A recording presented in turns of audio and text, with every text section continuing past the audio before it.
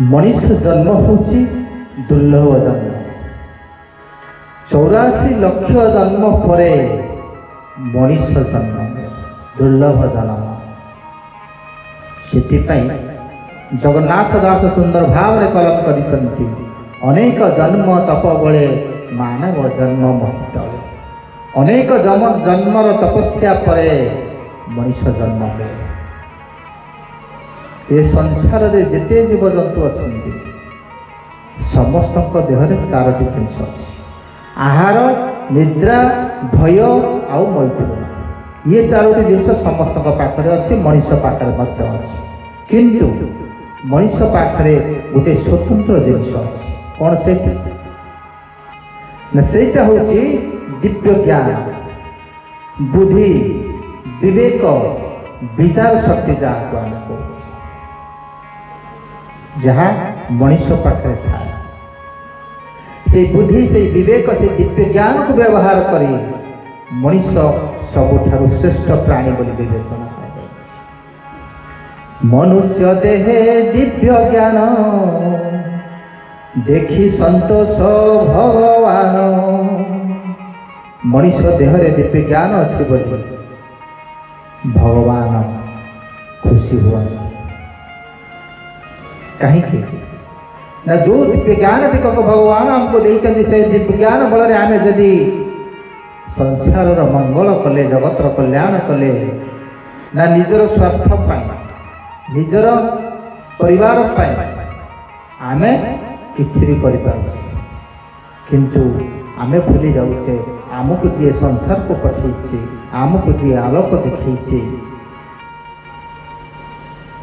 तार सृष्टि तार संसार तार परिवार आम कौन कर भगवान दिव्य ज्ञान दे मनुष्य आज मनुष्य विवेक शून्य हो चोरी डकायत राहाजानी अधे लिप्त हो सबु प्राणी आहार करुचंती आमे भी आहार करुचे सबु प्राणी निद्रा जाउचंती आमे भी निद्रा जाउचे समस्ते समस्त को मन भय अच्छी समस्त प्रति भय अच्छी आमर भी अच्छी आहार निद्रा भय मैथुन पिला छुआ जन्म कर क्षमता भगवान समस्त को देते आमको आम पाखे जो स्वतंत्र ज्ञान टिकक अच्छी आमे ताकू जदि व्यवहार करी संसार मंगल करें जगतर कल्याण करें से दिन जमी भगवान मर्यादा पुरुष रामचंद्र निज जीवन को दुर्विसह भितर बाजी लगे जगतर कल्याण पाई संसार मंगल पाई दुष्ट रावण को निधन करने 14 वर्ष वनवास चल जाए तेणु मनुष्य हूँ सबुठ चालाक प्राणी श्रेष्ठ प्राणी गोटे सुंदर कथा थे गोटे हड़ा बलद तार शेष समय आसीगला से जमपुर को गला जिते जमपुर जाई पहुंची जाइछंती जमराज चित्रगुप्त को आदेश देले चित्रगुप्त यार पांजे टिके खेल मत या विषय कह चित्रगुप्त गुप्त भाव में जे चित्र उत्तोलन करे आम तो ये सीसीटीवी लगे सीसीटीवी माध्यम सब देखुचे किंतु जी गुप्त भाव में बिना सीसीटीवी रे आमर अतीत भविष्य वर्तमान जे सब कहीदे पारे जमराज कहते चित्रगुप्त टिके ये हड़ा बलदर इतिहासटा मते कह चित्रगुप्त सांगे सांगे हड़ा बलदर पांजीटा को खेल जिते पांजी खेल देखिले ये दिन जन्म होइछि जन्म होला दिनु या मालिक को गोटे चाषी की बिक्री करदेला चाषी पाखे जाइए ये तार शगड़ टाणिबा हल करवा चाष करवा इत्यादि काम लगे काम करी करी करी करी करी करी शेष जो हड़ा हो गला ताकू कषे बिक्री करदेला कषे द्वारा ये मरा कला आकु नर्क कुंडे पकाओ अर्थात तेल कड़े पकाओ बलद शुणिकी छानिया हो गला कहला आज्ञा जीवन सारा एत कष्ट कली एत दुख सहिली गुलामगिरी करी जीवन गला परिश्रम करी जीवन गला शेष मु तेल कड़े पड़ी ये कौ प्रकार विचार आपणकर ना कौ प्रकार विचार भगवान तोते सृष्टि करते एड़े एड़े बड़ सिंह देइचंदी चार चारटा गोड़ देइचंदी एते बड़ विराट काय शरीर तू सामान्य मनुष्य पाखे गोलामगिरी कर या ठारू दुख आ लज्जार कथा किसी ना मत तेल कड़े पकेबी आउ क्या कह सबुठ बड़ पापी हूँ तू तू भगवान को सृष्टि को असम्मान कर बलद कहला आज्ञा मु सब बड़ पापी ना बड़ पापी नो अरे तू सामान्य एड़े बड़ शरीर धारण करी तू सामान्य मनुष्य पाखे गोलामगिरी कलु या ठारू पाप आउ किसी अच्छी ना ताहले आपण दी गोड़िया मनुष्य को चिन्ह ना जमराज टिके स्मित हास्य दे तू मनुष्य कथा मत कहू से गेट टाक खोलीदेल जिते गेट टाक खोली देइचंती ता भितरे हजार हजार मुंड माड़ से मुंड खाली हा हा हा हा हसुचंती बलद सब देखी कहला कहला ओ ये मनुष्य कथा कहते अरे ये तो मला मनीष ये मला मनीष मत देखा मत जीवंता मनीष कथा कहते ना जीवंता मनीष देखू किए अछ गोटा जीवंता मनीष गला नहीं आसब मर्त्यु चार जन जमदूत आसिले मर्त्यमंडल को गोटे जीवंता मनीष नवा खरा दिन समय आज्ञा बाहर राति निशा गर्जन करुच्ची राति घर बाहर गोटे लोक खटिया पकई शोई से खटिया पकई जो शोई खटियाटा को धरी चार जन जमदूत आइले चारटा गोड़ को धरले खटिया को धरी लोक खटिया सह उड़ी चलिए जमाल जीवा बाटरे से लोकर निदटी भांगीगला जिते निद भांगीगला से देखला अरे हे मु कौटी आसी हेलेनी तलू अनेदेला जो बापा आखि पाऊनी ये चार जन किए देखला विराट काय विकटाल शरीर सिंह उठी दांत एत बड़ बड़ ताकू देखी आउ बुझिया बाकी रहा मने मने विचार करुच्ची जमदूत आसी मत नौ मुझे एवं कौन कहबी से तल को फिंगिदेवे किसी कहला ना गोटे पकेट रे गोटे कागजटे थिला से लोकटी हूँ गोटे लेखक लेखक आज्ञा सब कागज कलम पकेट थी कारण केतबेले को परिस्थिति आसो से सांगे सांगे दिधाड़ी लिखिदेवे जिते लिखिद पकेट कागज खंडे बाहर कर लिखिदे लिखि पकेट कागज खंडे पुरेला जमदूत माने ताहार लक्ष्य कर से माने किसी कहूना कारण सारे ऑर्डर कर जमाल पहुँचे जिते जमाल पहुँची गले बलद उपस्थित अच्छी जमराज बसी सिंहासन उपरे लोकटी जाकर साष्टांग प्रणिपात कला प्रभु मत आप कहीं डकैले मोर कौन अपराध छाड़ू मत कौन पाई डकई मोर से कथा जानवा दरकार एक कही पकेट रे कागज टी बढ़ईदेला जमराज जमराज शुणी आश्चर्य हेले देखिले आश्चर्य हेले मत कौन कागज बढ़ेला पकेट रे बाबा ये कौन ना आपण पढ़ु पढ़े जापर जिते जमराज कागज टी पढ़ी खोली देखुं से लिखाई जमराज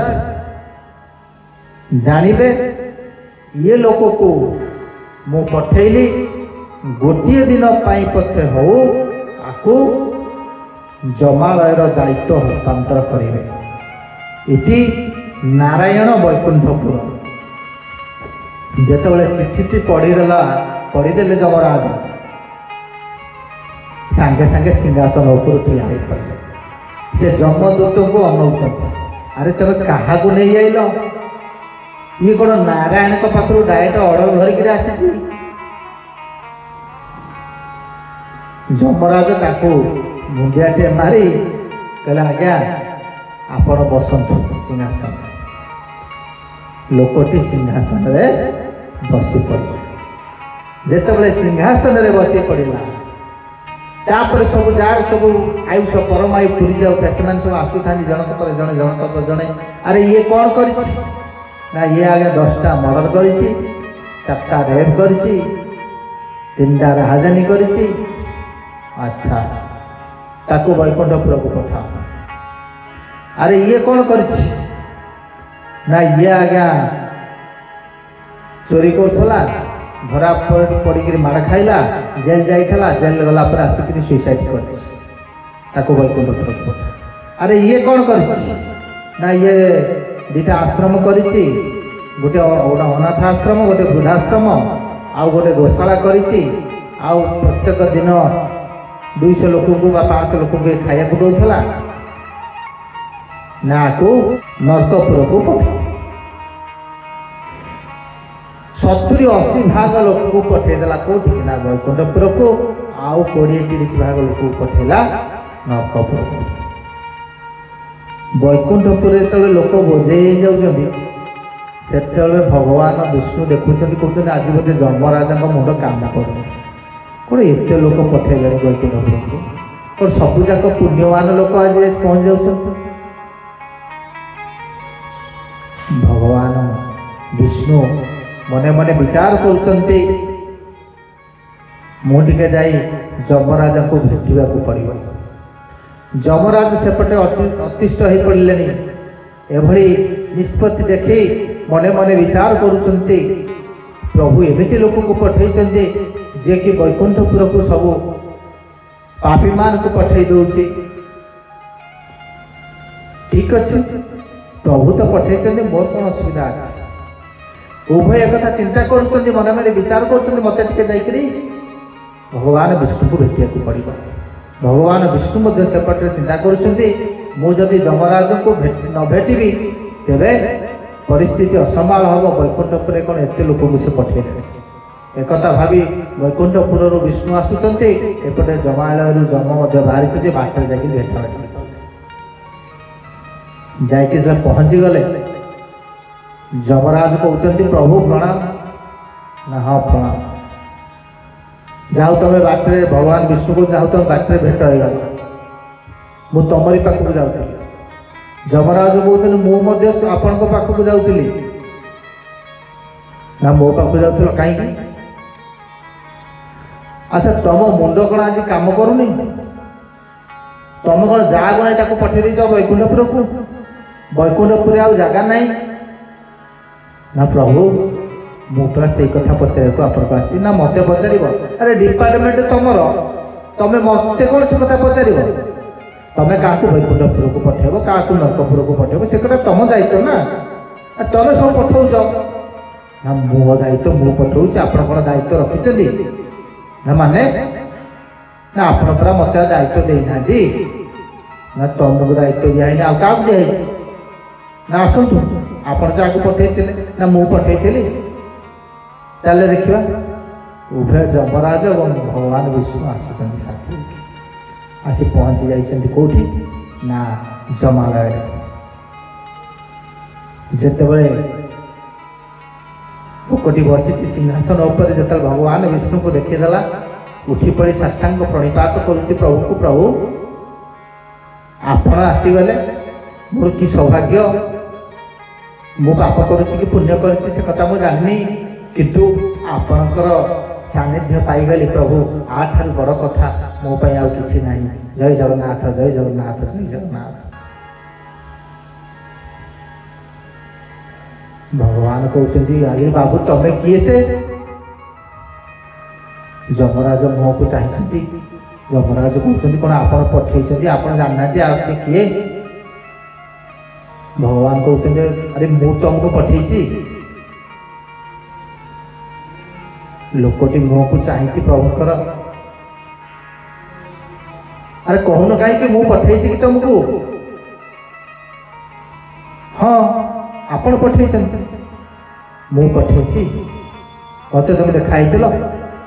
ଯମରାଜ କହୁଛନ୍ତି ଆପଣ ଆଙ୍କୁ କ'ଣ ଚିହ୍ନି ନାହାନ୍ତି? ଆପଣ ଚିଠି ଆଙ୍କ ହାତରେ ଦେଇକି ପଠେଇ ନାହାନ୍ତି? ଆରେ ଚିଠି କୋଉ ଚିଠି କ'ଣ?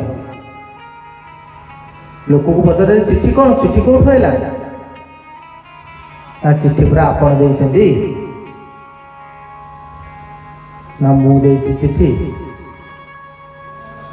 ତ ମୁଣ୍ଡ ଫୁଣ୍ଡ କାମ କରୁଛି ନା ନାଇଁ? ଆରେ ମୁଁ ତତେ କେତେବେଳେ ଦେଖାହେଲେ, ମୁଁ ତତେ କେତେବେଳେ ଚିଠି ଦେଲି? କି କଥା ଆପଣ କହୁଛନ୍ତି? ଆଚ୍ଛା ଠିକ ଅଛି, ଆପଣ ଯଦି ଚିଠି ଦେଇନାହାନ୍ତି ତାହେଲେ ପଇଡ଼ ଭିତରେ ପାଣି କିଏ ରଖିଛି? ନା ମୁଁ ରଖିଛି। ପେଚାକୁ ଦିନରେ ଦେଖାଯାଉନି, କିଏ କରିଛି? ମୁଁ କରିଛି। କାଉକୁ କଳା କିଏ କରିଛି? ମୁଁ କରିଛି। ହଂସକୁ ଧଳା କିଏ କରିଛି? ମୁଁ କରିଛି। ପଶୁକୁ ଚାରି ଗୋଡ଼ ଦେଇଛି କିଏ? ନା ମୁଁ ଦେଇଛି। ଏ ପାହାଡ଼ ପର୍ବତ ଝରଣା ନଦୀ ହ୍ରଦ ଏସବୁ କରିଛି କିଏ? ନା ମୁଁ କରିଛି। ଏ ସୃଷ୍ଟିକି କରିଛି କିଏ? ନା ମୁଁ କରିଛି। ଚିଠି ଲେଖିଛି କିଏ? ଭଗବାନଙ୍କ ପାଟି ଆପଣଙ୍କର ଭାଗବତରେ ସ୍ପଷ୍ଟ ଲେଖିଛନ୍ତି, କରି କରାଉ ଥାଏ ମୁହିଁ ମୋ ବିନୁ ଅନ୍ୟ ଗତି ନାହିଁ। ଲେଖିନା ଭାଗବତ ଲେଖିନା? ଆପଣଙ୍କର ସବୁ କରୁଛନ୍ତି ବୋଲି ଆପଣ ନିଜେ କହୁଛନ୍ତି, ନିଜେ ଭାଗବତ ଲେଖିଛନ୍ତି, ତାହେଲେ ଚିଠିଟା କେମିତି ମୁଁ ଲେଖିଲି ବୋଲି ଆପଣ କହୁଛନ୍ତି? ଆପଣ ଲେଖିନାହାନ୍ତି ବୋଲି ମନା କରୁଛନ୍ତି। ଠିକ ଅଛି, ଚିଠିଟା ଲେଖିଲୁ କରି କରାଉ ଥାଏ ମୁଇଁ, ମତେ ପାଠ ପଢ଼େଇଦେଲୁ, ମୁଁ ଠିକ ବୁଝିଗଲି। ଆଚ୍ଛା ମତେ ଗୋଟିଏ କଥା କହ, ତୁ ସବୁ ଯାକ ପାପିକି ବୈକୁଣ୍ଠପୁରକୁ ଯଦି ତୁ ଗୋଟାଏ ଦିନ ଠିକ ଅଛି ଚାର୍ଜ ନେଇଗଲୁ ମିଛ କଥା କହିକି ତୁ ବୈକୁଣ୍ଠପୁରକୁ ସବୁ ଯାକ ପଠେଇଦେଲୁ, ମୁଁ ପଠେଇଛି? ମୁଁ କେତେବେଳେ ପଠେଇଲି? ଆରେ ଆପଣ ପରା କହୁଛନ୍ତି ଆପଣଙ୍କର ସମସ୍ତଙ୍କ ଦେହରେ ଅଛନ୍ତି, ଆପଣଙ୍କର ବିନା ନିର୍ଦ୍ଦେଶରେ ଗଛ ପତ୍ର ବି ହଲିବନି। ଭାଗବତରେ ଆପଣ କହିନାହାନ୍ତି ସକଳ ଘଟେ ନାରାୟଣ ଅନାଦି ପରମ କାରଣ? ଆପଣ କହିନାହାନ୍ତି?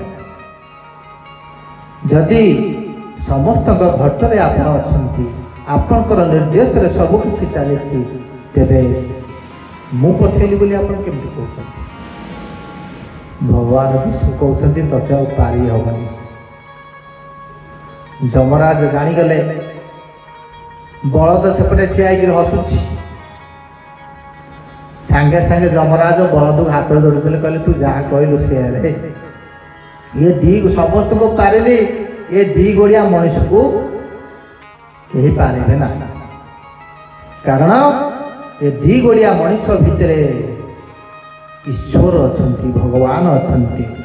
ସେଇଥିପାଇଁ ଭଗବାନ ତାକୁ ଦିବ୍ୟ ଜ୍ଞାନ, ଏ ଜୀବାତ୍ମା ପରମାତ୍ମାର ଅଂଶବିଶେଷ ହେଇଥିବାରୁ ଭଗବାନ ତାକୁ ଦିବ୍ୟ ଜ୍ଞାନ ବା ବୁଦ୍ଧି ବିବେକ ବିଚାର ଶକ୍ତି ଦେଇ ସଂସାରକୁ ଛାଡ଼ିଥାନ୍ତି। ଯେଉଁ ବିଚାର ଶକ୍ତି ବୁଦ୍ଧି ବଳରେ ସେ କୋଉଟା ଉଚିତ କୋଉଟା ଅନୁଚିତ ସେଟା ବୁଝି ବିଚାରିକରି କାମ କରେ। ସେଥିପାଇଁ ମଣିଷ ହେଉଛି ଶ୍ରେଷ୍ଠ ପ୍ରାଣୀ, ଚାଲାକ ପ୍ରାଣୀ। ଜୟ ଜଗନ୍ନାଥ, ଜୟ ଜଗନ୍ନାଥ, ଜୟ ଜଗନ୍ନାଥ।